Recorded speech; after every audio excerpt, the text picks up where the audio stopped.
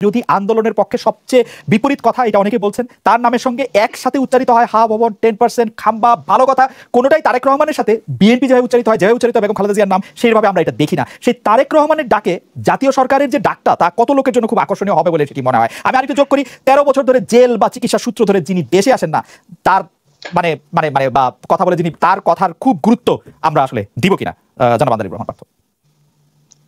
আমি তো তাহলে পিছের টপিকে আর কোনো কথা বলতে পারবো না। আপনি একটু ছোট করে একটু বলতে পারেন, নিশ্চয়ই আপনি আপনার মতামত। আমি এতটুকু বলতে চাচ্ছি যে দেখুন, নেতৃত্ব কেউ কাউকে দিতে পারে না, ট্রেন করতে পারে। আমার দেখা মতে অনেককে সুযোগ দেওয়া হয়েছিল, সেই লেভেলে যাবো না যে আওয়ামী লীগের ভবিষ্যতে কি আসবে একদম বড় জায়গায়। ইভেন জাতীয় নেতাও বানানোটাও সুযোগ দেওয়া হয়েছিল। ইয়াং জেনারেশন অনেকদেরকে 3 বার, কোনোবার ভোট ছাড়া এমপি 2-3 বার করা হয়েছিল।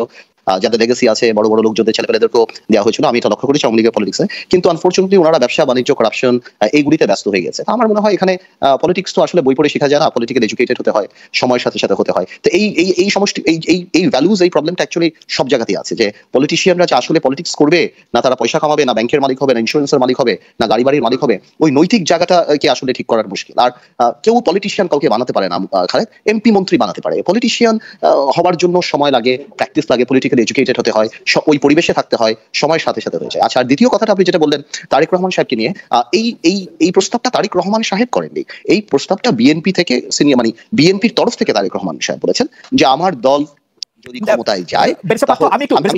আমি না, এই প্রসঙ্গে আমাকে একটু প্রশ্ন করতে হয়, আপনার কাছে কি মনে হয় যে আমি সাধারণভাবে যা দেখি সেটা হচ্ছে বিএনপি তারেক রহমান, তারেক রহমানই বিএনপি, তারেক রহমানের বাইরে কি কোনো বিএনপি আছে? না, আমি বোঝানোর চেষ্টা করছি। এখন একটা রাজনৈতিক দল যখন বড় হয়, আমি তো বিএনপির সাথে প্রায় অনেক বছর রাজনীতি করেছি, আমি তারেক রহমান সাহেবের সাথে রাজনীতি করেছি, আমি ম্যাডাম জিয়ার সাথেও, মানে আমাদের বিএনপি চেয়ারপারসনের সাথে রাজনীতি করেছি। আমি এটাকে একটু পলিটিক্যালি সিগনিফিকেন্ট বলে দেখছি। আপনি যে কথাটা বললেন, অফকোর্স তারেক রহমান সাহেব একটা integral part of the BNP. আপনি বাকি যে কথাগুলি বললেন, পলিটিক্স করলে এরকম কথা আজকে হয়তো তারেক রহমান সাহেবকে নিয়ে বলছেন, কালকে আওয়ামী লীগ ক্ষমতায় না থাকলেও আরো অনেক মানুষকে নিয়ে অনেক কিছু বলার থাকবে, লক্ষ লক্ষ কোটি টাকা পাচার থেকে আরম্ভ করে আরো অনেক কিছু পলিটিক্সে এইসব কথাবার্তা থাকবে, কোনোটা সত্য, কোনোটা অতিরঞ্জিত, কোনোটা বাড়ানো, কোনোটা কম, কোনোটা পলিটিক্যালি কারেক্ট, কোনোটা কারেক্ট না। আমি সেই সিগনিফিকেন্সে যাচ্ছি না। আমি বলছি তারেক রহমান সাহেবের এই বক্তব্যটা অত্যন্ত সিগনিফিকেন্ট। বিকজ কেন পলিটিক্যালি সিগনিফিকেন্ট সেটা অন্য কথা, উনি বললো, উনি কেন বললো, ওনার নামে মামলা আছে, এটা আছে। পলিটিক্যালি এই কারণে সিগনিফিকেন্ট যে আগামী নির্বাচনে গত 3-4 মাসে যে এমন একটা ভাব ছিল আওয়ামী লীগের, যে আওয়ামী লীগকে সরাতে পারবে না, আওয়ামী লীগের পক্ষে সবাই, চায়না আওয়ামী লীগের এক পকেটে, ইন্ডিয়া আওয়ামী লীগের এক পকেটে, স্যাংশন খাওয়ার পরে, স্যাংশন পাওয়ার পরে আওয়ামী লীগের আওয়াজটা অনেক কমে গিয়েছে। আগামীতে এটাও হতে পারে যে এই স্যাংশন নির্বাচন কমিশনার খেতে পারে।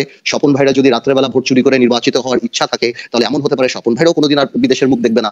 এই ঘটনাও বেলারুশে হয়েছে, এই ঘটনা অন্যান্য দেশে হয়েছে। গভর্নমেন্ট অত রিল্যাক্স ফর্মে নেই।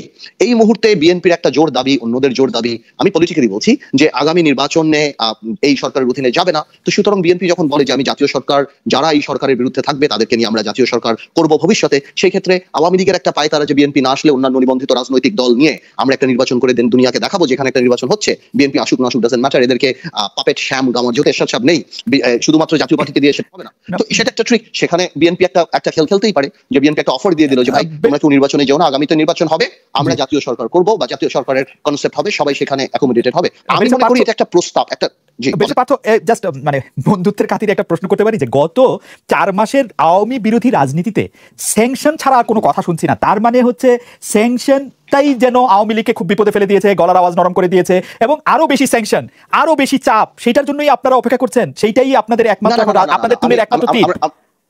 আমি আপনাকে বলছি, পলিটিক্সে একটা হয় কি, আপনি কনফিউজ করেন না। আওয়ামী লীগ যে প্রবলেমটা আওয়ামী লীগ ফেস করছে, এই প্রবলেমটা তাকে ফেস করতে দিতে হবে, এবং আপাত দৃষ্টিতে দেখা যাচ্ছে না যে এইখান থেকে বের হয়ে আসতে পারছে। আর এই স্বাধীনতার 50 বছর পূর্তিতে Awami League image build up করার জন্য যখন কোটি কোটি টাকা ক্যাম্পেইন, এত কিছু, কিন্তু সেই সময় আন্তর্জাতিক গভর্নমেন্ট দিয়ে আপনার আইজি থেকে আরম্ভ করে, র্যাব থেকে আরম্ভ করে, এদেরকে আইএস এর সাথে নাম আসা, এদেরকে ডেথ স্কোয়াড বলা, এটা তো সিরিয়াস ইমেজ ক্রাইসিস আওয়ামী লীগের জন্য।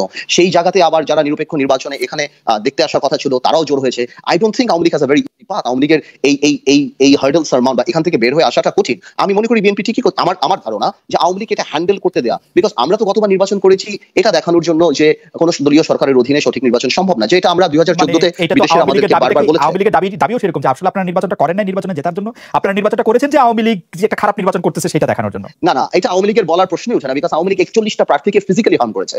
আওয়ামী লীগ এমনি কোর্ট দিয়ে জিতে গিয়েছে। আওয়ামী লীগ নিজেকে বিজয় মিছিল করে নাই জেতার পরে। আওয়ামী লীগ কখনো এই কথা বলে না, যতখানি বলার নরমালি বলে। গত নির্বাচনে যে ভোট চুরি হয়েছে এটা সারা পৃথিবী জানে, এটা সবাই জানে। আমি ওই ব্যাপারে যে না সময় নষ্ট করবো না, আমি রাজনৈতিকভাবে বলার কথা বলছি যে জাতীয় সরকারের একটা সিগনিফিকেন্স, এটা কিন্তু একটা টেবিল এসেছে। এবং আমি আরেকটা কথা বলে দিই, আমরা তো রাজনীতি করি, পসিবিলিটি কথা বলি, যখন আপনি দেখবেন 6 মাস 8 মাস পর যখন এই বার্গেন স্টার্ট হবে, আমার রাজনৈতিক ক্যালকুলেশন থেকে আমি বলছি এমনও হতে পারে আওয়ামী লীগ বলতে পারে যে আমাদের অধীনে জাতীয় সরকার হবে, প্রধানমন্ত্রী রেখে, যেটা আওয়ামী লীগ 2014 সালে অফার দিয়েছিল, যেখানে বলেছিল যে 10টা মন্ত্রণালয় আপনারা নিয়ে যান, যে তাও